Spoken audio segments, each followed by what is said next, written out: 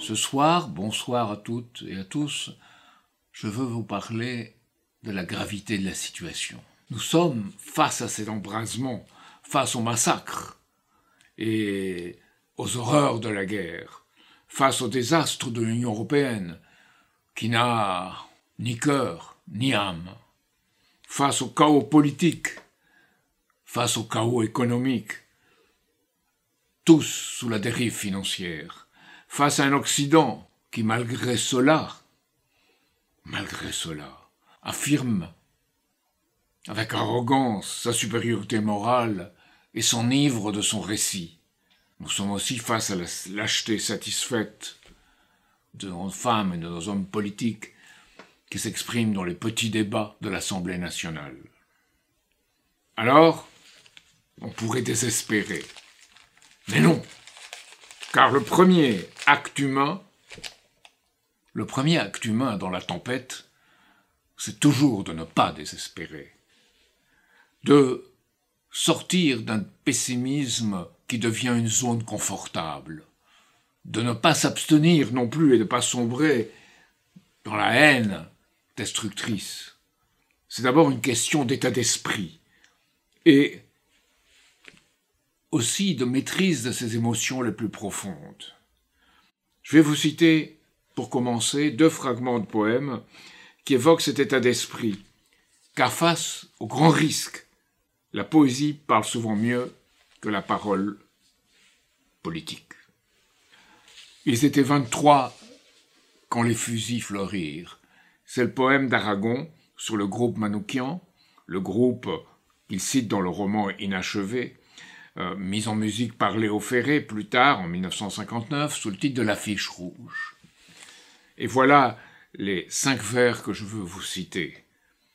Tout avait la couleur uniforme du givre à la fin février pour vos derniers moments.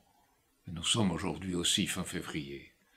Et c'est alors que l'un de vous dit calmement « Bonheur à tous, bonheur à ceux qui nous vont survivre, je meurs sans haine en moi pour le peuple allemand. »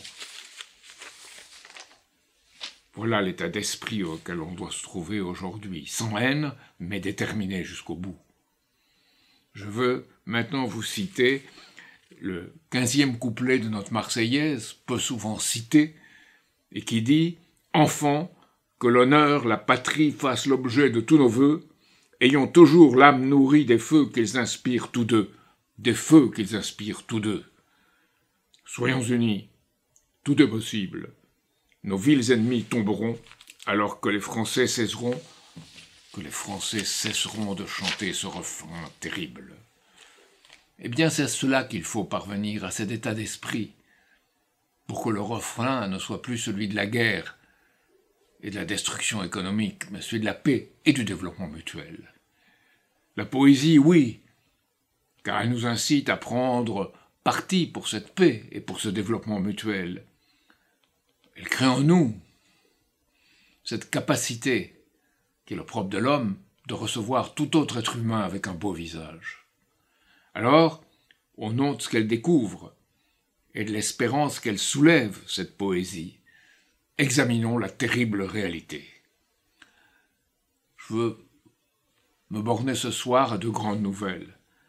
La première, le journaliste enquêteur américain Seymour Hersh vient d'apporter des éléments probants sur la responsabilité des États-Unis et de la Norvège, et de la Suède et du Danemark, dans le sabotage des 2 gazoducs Nord Stream 1 et Nord Stream 2. En ce moment même, notre Institut Scheller tient une conférence internationale sur la nécessité de procéder à une enquête sur ce qui s'est réellement passé. Et souvent, ceux qui participent à cette conférence s'exprimeront avec véhémence. Mais il faut comprendre leur véhémence face à ce qui a été un véritable acte de guerre. Ce sabotage a été un acte de guerre.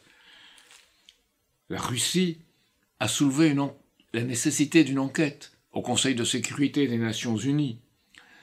Il ne lui a été porté que des réponses cyniques ou dilatoires par le représentant américain, cynique, dilatoire par les autres. Or, c'est un acte de guerre contre la Russie, mais pas seulement contre la Russie. Ce pipeline étant russe, mais aussi l'Allemagne et nous-mêmes. La France, une société française, avait une part dans ce pipeline, Engie, qui avait investi 1 milliard. Donc, nous sommes victimes d'un acte de guerre et nous n'avons pratiquement rien fait. Rien. J'ai exigé moi-même qu'un débat se tienne au Parlement français, que nous procédions à une enquête plus sérieuse. Peu de réponses, car on ne veut pas s'engager. Le deuxième événement, c'est le président Poutine qui a annoncé que la Russie suspendait sa participation au traité de New Start, qui avait été signé dans les conditions actuelles en 2010 avec Barack Obama, président des États-Unis.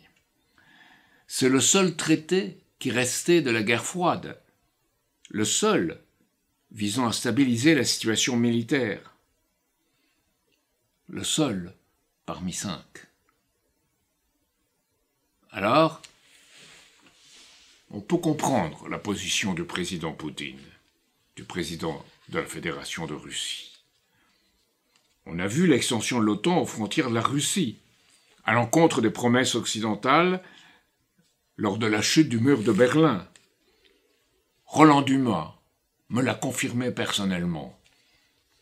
Genscher, le ministre allemand, nous l'a confirmé aussi, il l'a confirmé à mes amis allemands. Et Baker, l'américain, l'a également confirmé. Donc, vis-à-vis de la Russie, on n'a pas tenu les promesses, comme on n'a pas tenu les promesses de l'accord de Minsk, comme l'ont confirmé Angela Merkel et François Hollande, l'accord de Minsk de 2014, qui devait stabiliser la situation en Ukraine. Et on a laissé courir pour que l'Ukraine puisse s'armer. Et s'armer contre qui? Eh bien contre la Russie. On comprend donc la réaction de la Russie, pas seulement du président Poutine. Il y a eu les attaques, il y a quelques semaines, contre les installations russes de la part de l'Ukraine, avec le soutien évident du renseignement et des réseaux cyber, numériques et satellitaires américains. Il y a eu l'impossibilité pour l'inspecteur russe de vérifier tous les sites américains, notamment la dénucléarisation d'une partie de la flotte aérienne des B-52 américains et des missiles balistiques sous-marins de type Ohio. C'est la fin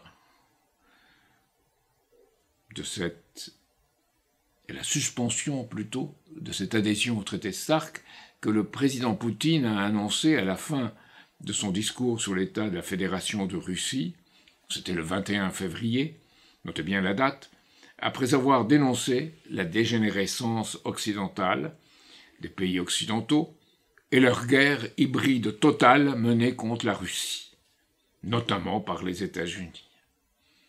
On comprend que dans ce contexte, il est exigé que dans les négociations futures, les armes nucléaires de la Grande-Bretagne et de la France soient prises en compte dans un nouveau traité. Le nouveau START serait donc multilatéral, alors que l'actuel START est bilatéral entre seulement la Russie et les États-Unis.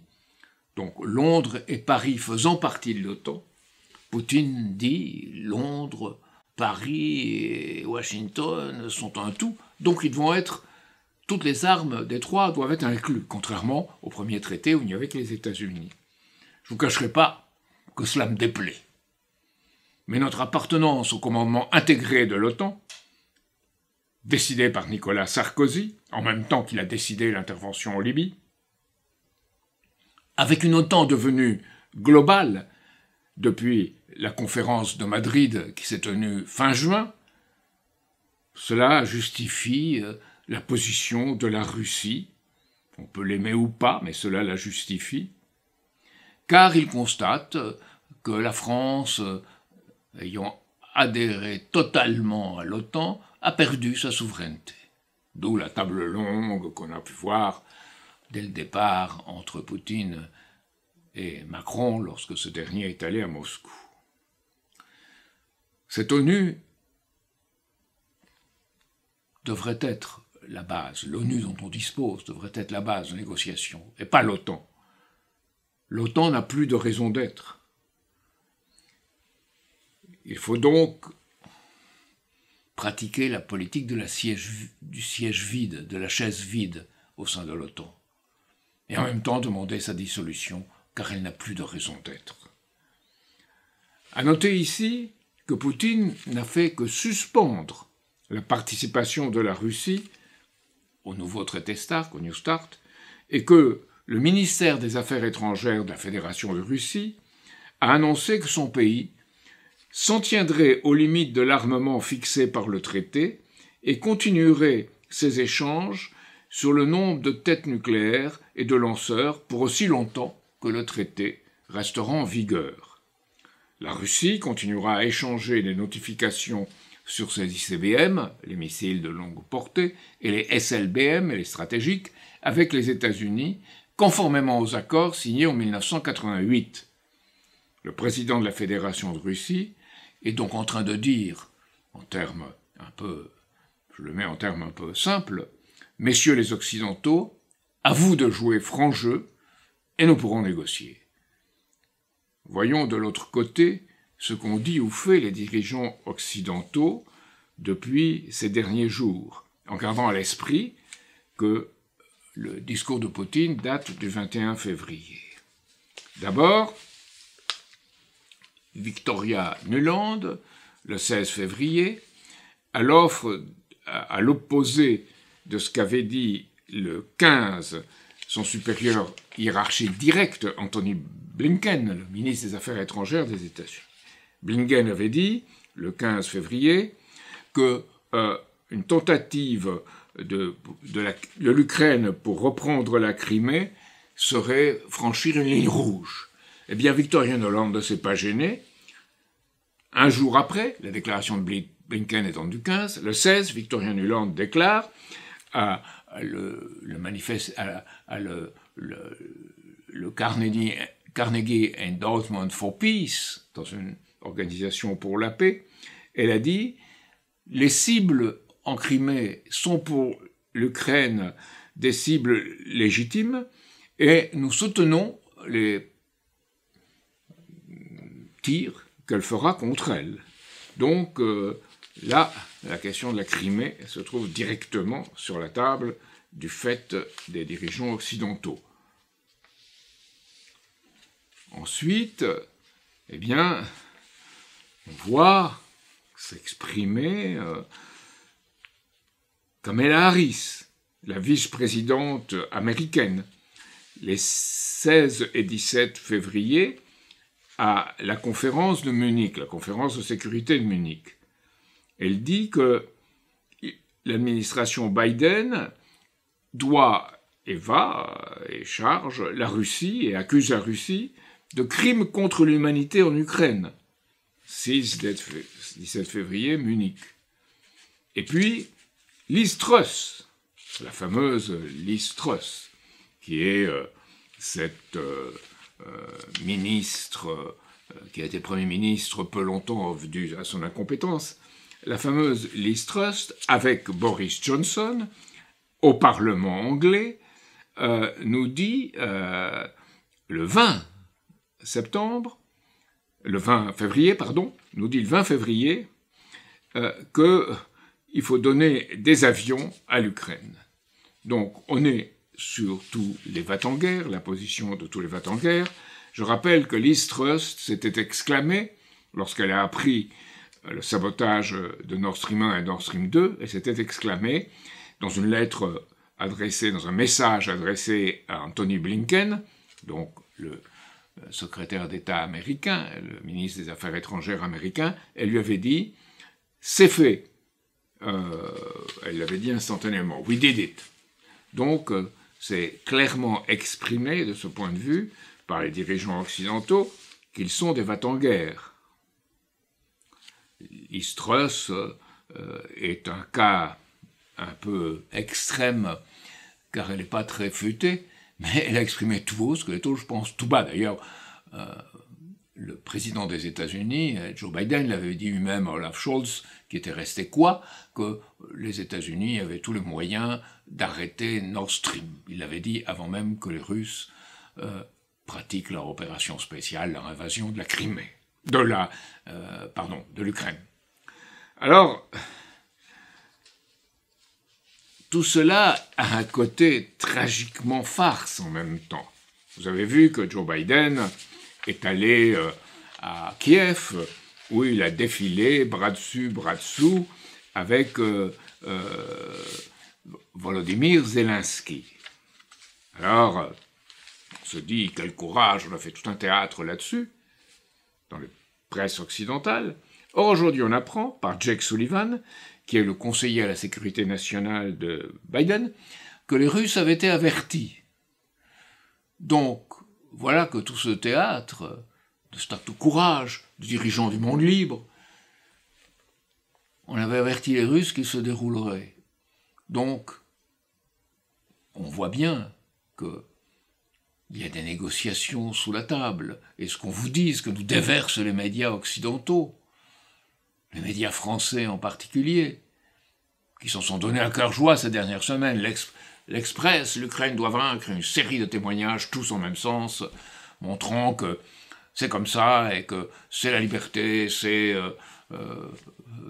tout le sort de l'Occident qui est en jeu, c'est le sort de toute l'Europe, mais en même temps, avec un pays qui n'a pas les moyens de se battre, qui n'a pas de munitions, n'ont pas de moyens à donner. Alors maintenant, passons à ce que dit Emmanuel Macron. Voilà ce qu'a dit Emmanuel Macron. Nous devons absolument, dans l'avion qui le ramenait de la réunion de Munich, nous devons absolument intensifier notre soutien et notre effort pour aider à la résistance du peuple et de l'armée ukrainienne et leur permettre de mener la contre-offensive qui seule permettra des négociations crédibles aux conditions choisies par l'Ukraine. Je trouve ça absolument scandaleux, notamment vis-à-vis des Ukrainiens. Car ça veut dire en clair, continuer à envoyer le peuple ukrainien à la boucherie, avec des armes plus ou moins désuètes que nous lui fournissons, jusqu'à que la Russie cède. Or, on sait bien que pour la Russie, elle ne peut pas céder sur la Crimée, c'est une ligne rouge, et maintenant qu'elle occupe les oblasts, ou une partie des oblasts, les 4 oblasts de l'Est de l'Ukraine, qu'elle considère comme territoire russe, elle ne pourra pas céder comme ça face aux menaces d'Européens dépourvus d'armes et de munitions. Donc on est devant un affrontement direct entre l'OTAN, qui soutient Kiev, entre les États-Unis, qui sont la partie forte de l'OTAN, et la Russie. Donc c'est pour cela que nous sommes face à un conflit qui est un conflit qui risque de mener à un embrasement général. Il faut bien le voir, parce que les propos irresponsables de notre président, ça vient depuis longtemps. Au sommet de l'APEC, de coopération économique pour l'Asie-Pacifique, les 18 et 19 novembre 2022, en Thaïlande, il s'exprime en anglais. Et il décrit 2 éléphants dans le monde, la Russie et la Chine, menaçant le monde, et la nécessité pour les autres animaux, c'est lui qui le dit de cette façon, et il dit tigres et singes, avec un sourire mi-narquois, mi-cynique, de s'unir pour parvenir à un single global order, c'est-à-dire un ordre unipolaire, ça veut dire l'OTAN global, en clair. Donc voilà quelle est la position d'Emmanuel Macron. Il ne considère pas que depuis 1945, ce sont les États-Unis qui ont mené la plupart des guerres et que leur doctrine militaire n'exclut pas d'être les premiers à recourir à l'arme nucléaire, du moins dans ses versions tactiques. Donc voilà où on s'en trouve pour les dirigeants occidentaux. Alors que notre décision, la décision officielle de la France, celle du président de la République, celle des armées, est de préparer une guerre à haute intensité, et cela ne peut signifier qu'une guerre à haute intensité en Europe, l'extension de la guerre d'Ukraine. Alors que Notre ministère de la Défense lui-même évalue le déficit en munitions de l'armée de terre à plus de 3 milliards d'euros, que nos matériels ne sont pas entretenus et que nous n'avons pas les moyens, s'il y avait une guerre, nous défendre, et les Allemands encore moins. Donc on est dans la responsabilité totale, et une responsabilité qui nous porte à une fuite en avant qui devient extrêmement dangereuse, pour nous-mêmes, mais pour l'humanité, parce que c'est un embrasement général, j'insiste encore, qui est le risque. Alors, il faut se demander à ce stade si on est seulement dans la matière noire de la tragédie. Eh bien non. Eh bien non. D'abord, il ne faut pas s'étonner que Wang Yi, le ministre des Affaires étrangères chinois, se trouve à Moscou et va commencer demain, ce vendredi 26 février, donc après toutes ces déclarations et interventions des dirigeants occidentaux, donc ce 26 février, à présenter un projet de paix. Alors tout le monde en Occident fait la fine bouche. Mais je pense que tout pas en avant est à prendre. Et que là, il y a une chance, et qu'il faut la saisir, et que la France aurait un rôle essentiel à jouer de catalyseur, de médiateur, et je le répète toujours. Et on est absent au débat. La France manque au monde. Et Emmanuel Macron, avec ses contorsions, est l'exemple même de cette incapacité de la France d'être là par rapport à cette crise de civilisation et à ce risque d'embrasement. Mais lui-même a dû affirmer « Je ne pense pas, comme certains, qu'il faut défaire totalement la Russie, il est bien gentil, l'attaquer sur son sol. Ces observateurs veulent avant tout écraser la Russie, pensent aux pays de l'Est européen.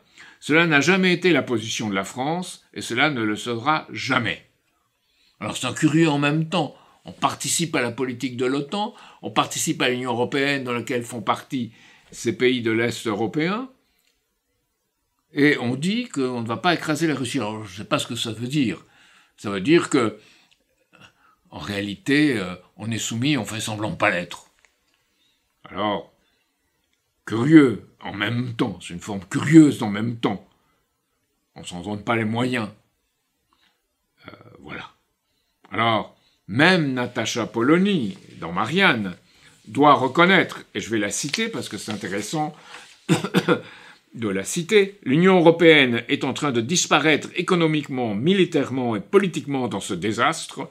Elle est plus que jamais un satellite de ces États-Unis qui lui menait, avant l'agression russe, une guerre commerciale violente à coups de milliards de dollars, de sanctions contre ses entreprises, à coups d'intimidation autour des sanctions illégales décidées unilatéralement par Washington contre de nombreux pays du globe. Alors, que je ne me sente pas, dans ces conditions, que ces nombreux pays du globe basculent dans le camp de ceux qui ne veulent plus le dollar comme monnaie des marchés financiers, car ce n'est même plus la monnaie de la nation américaine, c'est la monnaie des marchés financiers. Donc ils ne veulent plus. Il y a un basculement du monde. Mais nous n'en sommes pas. Alors, dans ce basculement du monde, le risque est celui d'une guerre généralisée, d'une guerre nucléaire qui anéantirait la civilisation, et d'un monde qui évoluerait autrement, avec une autre domination, et nous serions un musée dans ce monde-là. Il faut donc que nous réagissions. Heureusement, il y a des réactions qui se produisent dans notre pays. D'abord, des généraux français. Je peux en mentionner certains, Henri Roure, Dominique de Lavarde, des amiraux, des contre-amiraux, Debré, Gaucheran, et bien d'autres encore, dont le très courageux colonel Corvez. Ils comprennent que notre souveraineté nationale est en jeu, et ils sont favorables désormais à une politique du siège vide, à l'OTAN, et à sa dissolution, parce qu'ils ont bien compris que l'OTAN n'a plus lieu d'être, est devenue une organisation va-t-en-guerre. Elle n'est plus l'organisation qui nous menaçait de résister au pacte de Varsovie communiste. Elle est devenue une organisation va-t-en-guerre, s'étendant à l'échelle du monde, le Global NATO, et servant l'anglosphère, les intérêts anglo-américains, sous les 5 yeux, comme ils disent, les Five Eyes, des services américains, anglais, néo-zélandais, canadiens et australiens. Il y a aussi l'ANCUS qui a été faite contre nous. Nous avons à peine réagi lorsqu'on a été trompé sur ce contrat sous-marin. Il y a surtout, et ce qui est le plus intéressant, je pense aujourd'hui, l'attitude de plusieurs généraux allemands. Il y a d'abord Harold Kujat, qui a joué un rôle fondamental au sein de l'OTAN, qui s'élève contre la politique actuelle, comme les généraux français. Il y a Sebald Dom, il y a Manfred Graetz. Manfred Graetz dit très justement « Je me sens dans la situation de Heine. Heine disait de son temps, si je pense à l'Allemagne, la nuit, j'en perds le sommeil. Je dois ajouter que moi-même, si je pense à la France la nuit, j'en perdrais le sommeil s'il n'y avait pas toutes ces manifestations pour la paix et ce potentiel. Dans le réel, tel qu'elle est, j'en perdrais le sommeil. Mais c'est l'espérance qui fait que je peux parvenir à m'endormir aujourd'hui. » Alors, le plus intéressant, sans doute, celui qui va le plus loin dans sa citation, il y a deux choses. C'est le général Sebald. Ce que dit Sebald, il nous dit que, voilà, il y a une situation où il ne faut pas oublier que l'Union soviétique et la Russie ont joué un rôle décisif dans la réunification de l'Allemagne et la Russie n'a pas maintenu ses troupes en Allemagne de l'Est, où elle était, alors que les États-Unis ont maintenu leurs troupes en Allemagne de l'Ouest. Alors, on voit bien qu'il y a deux attitudes différentes. Et finalement, nous dit ce général, on doit se souvenir que c'est les États-Unis et l'OTAN qui ont fomenté le coup d'État en Ukraine en 2014, chassé le président élu du pouvoir et armé militairement l'Ukraine pour qu'elle affronte la Russie, ce que confirment Hollande et Merkel à leur façon. Donc voilà une résistance qui s'ébauche dans ces milieux militaires, où l'on sait que la guerre est une chose sérieuse, contrairement à cette nouvelle civilisation de trentenaires, de quarantenaires civils, qui n'ont de conception ou d'attachement qu'aux réseaux qui leur ont permis de réussir, et pas à la réalité. Ils n'ont pas de vision. Ils ne voient pas le monde selon des principes. Ils le voient selon leur ambition personnelle. Ils n'ont pas l'amour du peuple. Alors voilà que des gens qui ont aussi l'amour du peuple aux États-Unis se manifestent. Le colonel McGregor, un expert de poids qui a commandé une partie des forces stratégiques américaines, dit aussi qu'il faut changer d'attitude dans cette affaire. Le pape François, le Vatican, propose d'accueillir des négociations de paix sans condition. Nous le soutenons entièrement. Nous avons fait une pétition internationale pour le soutenir avec l'Institut Schiller.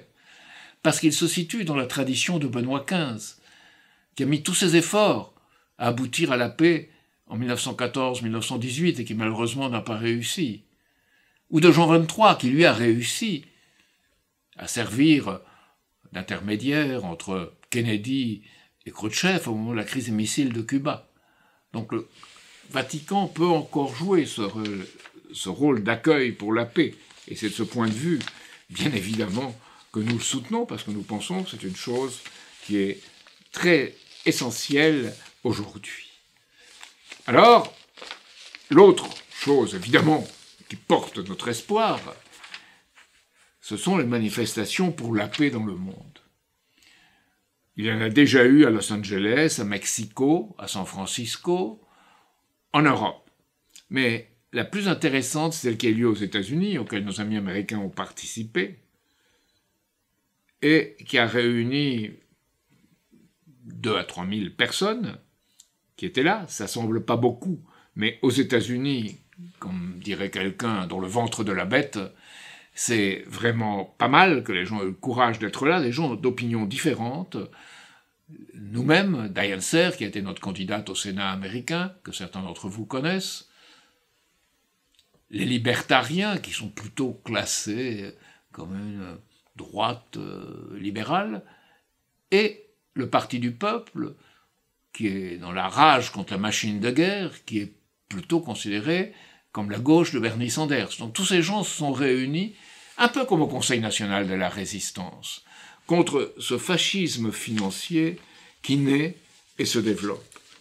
Je dois dire qu'il y a aussi le week-end de mobilisation nationale et mondiale pour dire non à la guerre et un cessez-le-feu des solutions négociées pour une paix durable, qui est organisé par le mouvement de la paix, sur la base de l'appel international conjoint du mouvement de la paix et du Bureau international de la paix, avec plus de 300 organisations au niveau mondial qui ont participé, avec plus de 200 organisations françaises. La France compte déjà 50 pôles de rassemblement ce week-end sur tout le territoire, à Paris, à Nice, à Toulouse, à Grenoble, à Nantes, bien entendu à Marseille. Donc nous avons cela. Et nous avons des manifestations aussi à Bruxelles. Nous avons eu à Munich une manifestation dont on a très peu parlé, il y a une semaine. 10 000 personnes présentes à l'une manifestation, il y en a même eu 2, et 3 000 à l'autre. Donc 13 000 personnes en tout. C'est beaucoup pour l'Allemagne.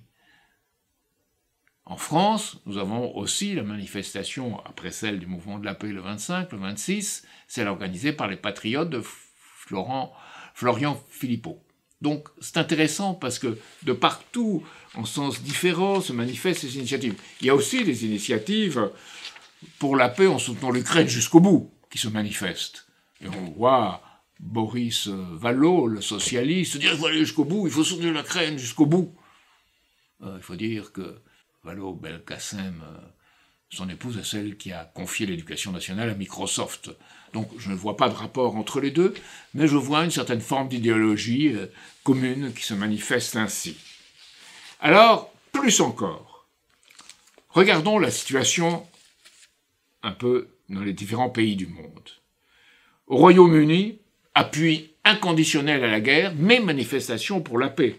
Puis, un sondage du Conseil européen pour les relations internationales met en évidence des visions divergentes, c'est le langage diplomatique, des visions divergentes entre les opinions des pays occidentaux et celles des autres États.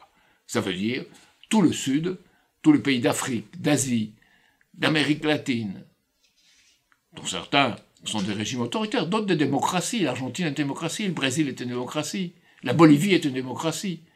Donc ce pays-là se manifestent et disent non, on ne veut pas rentrer dans ce jeu dans lequel les pays occidentaux essayent de nous entraîner.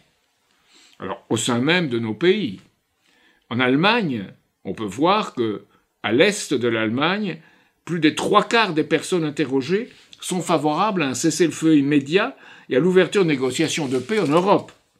En Italie, c'est dans Le Monde, ils nous disent « Dans les rues des villes italiennes, rares sont les bâtiments qui arborent le drapeau ukrainien en signe de solidarité. » Rares. En revanche, sur le fronton des mairies, sur ceux des locaux syndicaux, ou bien accrochés aux fenêtres des appartements, une bannière associée au pacifisme italien depuis la guerre froide fait son retour, le drapeau aux couleurs de l'arc-en-ciel, frappé du mot pace, c'est-à-dire la paix. Et évidemment, avec sa lâcheté que j'avais déjà bien annoncée, Meloni est allée voir Zelensky à Kiev, où elle s'est fait traiter de tous les noms, parce qu'elle a dit « Vous êtes allié à Silvio Berlusconi », a dit Vladimir Zelensky, et donc vous êtes dans un gouvernement dont les positions sont pour nous impossibles à admettre. Vous avez Berlusconi là-dedans, c'est pas possible. Alors Meloni n'a su répondre à sa façon avec une timidité que c'était comme ça, que c'était une alliance. Donc là, on voit la médiocrité de certains dirigeants. En Europe centrale, vous avez des opinions hétérogènes. Vous avez la Pologne qui est totalement va-t-en-guerre. Mais dans la République tchèque, une enquête de Médian, effectuée pour la radio publique en janvier, révèle que seulement 36% des sondés souhaitent voir augmenter l'aide militaire tchèque à l'Ukraine, 58% étant opposés à l'augmentation de l'aide militaire à l'Ukraine. Et aux États-Unis même, il n'y avait que 7% des Américains qui estimaient que leur pays aidait trop l'Ukraine. en mars 2022. Aujourd'hui, ils sont maintenant près de 30%. Donc il y a une augmentation des protestations. On l'a vu également dans l'attitude que doit prendre Kevin McCarthy, qui est le nouveau speaker de la Chambre républicain, qui dit qu'il n'y aura plus de chèque en blanc pour l'Ukraine. C'est peut-être pour des raisons qui ne sont pas les meilleures, mais c'est une chose qui est dite et qui est sur le terrain. Donc il y a matière à espérance. Il y a matière à espérance, mais il faut voir que la crise en Ukraine, il faut s'élever par-delà la crise en Ukraine. Il y a une terrible crise alimentaire mondiale, exacerbée par cette guerre. L'alimentation est utilisée comme une véritable arme de guerre. Et nous avons des observateurs qui sont allés en Syrie et en Turquie. Le réanimateur Raphaël Pitti, cité dans Le Parisien du 23 février, qui nous dit « Les Nations Unies n'ont pas été à la hauteur. Les pays des Nations Unies ont mis longtemps à aider la Turquie et ont bloqué pendant longtemps l'aide qui pouvait être apportée à la Syrie. Les hommes et les femmes qui ont travaillé durant des jours dans les hôpitaux en Syrie, à main nue dans les décombres, sont épuisés et profondément en colère contre le monde occidental, car ils ont le sentiment d'avoir été abandonnés. » Eh bien, ils ont raison. Ils ont raison, parce que les sanctions César américaines sont celles qui ont produit la crise alimentaire, humaine en Syrie, comme la politique américaine l'a produite au Yémen, comme la politique américaine l'a produite en Libye, comme nous l'avons aussi produit en suivant la politique américaine. Donc voilà le résultat. Voilà le résultat où un Conseil de sécurité des Nations Unies n'a pas été à la hauteur car il a été bloqué par la Grande-Bretagne et les États-Unis et notre silence. Et les Syriens ont fait face tout seuls à chercher des victimes sous les décombres avec leurs mains. Donc voilà où on est arrivé. Et les sanctions César américaines contre la Syrie, dans ces conditions, sont devenues criminelles, et il faut le dire. Alors, dans ce monde, il faut s'élever au-dessus de la question de la guerre en Ukraine. On ne pourra résoudre la guerre en Ukraine qu'en changeant l'orientation générale dans laquelle va la politique internationale depuis, je dirais, certainement depuis le 15 août 1971, la séparation de l'or et du dollar, et bien avant. Il faut surpasser la géopolitique qui a conduit aux deux guerres mondiales au XXe siècle. Il faut mettre en place une nouvelle architecture de sécurité et de développement, comme celle que nous défendons.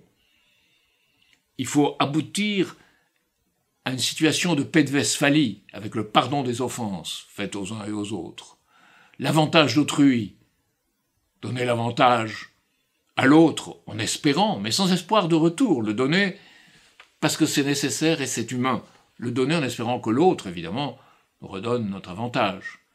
Et enfin, la remise des dettes, comme on disait à l'époque, le moratoire ou l'annulation des dettes qui ont été illégitimes dans des conditions de guerre en Westphalie et maintenant en conditions de guerre économique imposées par qui? Par nous.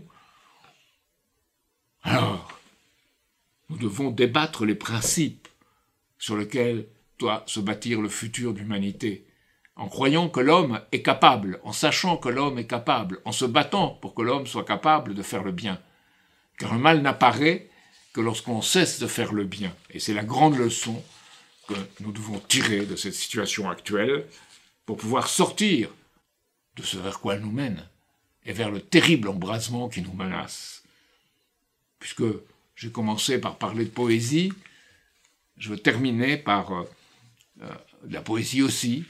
C'est Victor Hugo, notre grand poète, s'exprimant en 1849 dans le Congrès pour la paix. Ce que dit Victor Hugo, avec sa façon, au terme de l'époque, c'est « La loi du monde n'est pas et ne peut être distincte de la loi de Dieu. Or, la loi de Dieu, ce n'est pas la guerre, c'est la paix. » Il faut garder bien cela présent à l'esprit, en suivant, je dirais aujourd'hui, c'est l'humanité, c'est le destin de l'humanité. Quelles que soient les religions, quelles que soient les croyances, c'est la paix. Et c'est la paix parce que la paix permet, encore une fois, un débat politique sur le bien commun, un débat politique sur les générations futures, et elle permet de servir l'un et l'autre. Alors, je veux finir par ce que disait Victor Hugo, sous les applaudissements, alors, et qui vaut autant pour aujourd'hui, « Messieurs, ne désespérons pas pourtant », il n'y avait que des messieurs à l'époque, « Messieurs, ne désespérons pas pourtant, au contraire, espérons plus que jamais. » Tous, quel que soit notre genre, humain ou autre, nous ne devons pas désespérer et nous battre pour la paix, et encore nous battre pour la paix.